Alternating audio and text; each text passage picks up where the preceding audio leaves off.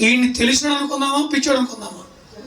నాకు దేవుడు తోడున్నాడని చెప్పి వీడు చేయబెడితే ఆ సింహం ఆకలి మీద ఉంది, ఏదంత మాంసం ఏదంత వస్తువు ఇస్తారని చెప్పి అది ఆవరణ చూస్తుంది. పండుకున్న సింహం కూడా లేచి నెమ్మదిగా వచ్చింది అని చెప్పి ఆడుకుంటున్నాడు సింహంతో. తమాషా అండి. నీ ఇంట్లో పెంచుకున్న కుక్క పిల్ల కాదు ఆడుకోవటానికి. చేయబెట్టి మళ్ళీ చేయబెట్టి పట్టుకుంటావా అని చెప్పి అన్నాడు. మూడోసారి పట్టుకుంది, పచ్చడైపోయింది చేయవుతుంది.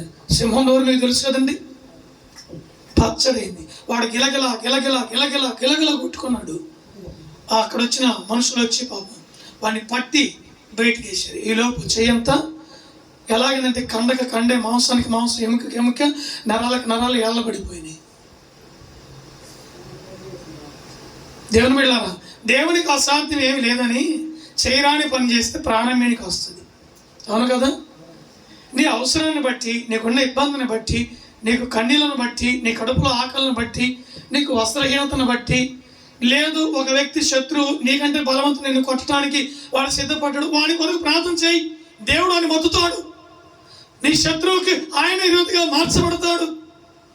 లేదు కడుపులో బాధగా ఉంది, ప్రార్థన చేయి. ఈ విధంగా సహాయము దేవుడు అందిస్తాడు. కానీ మనం తెలిసి తెలియని పనులు చేయకూడదు. స్తోత్రము కలుగును కాక.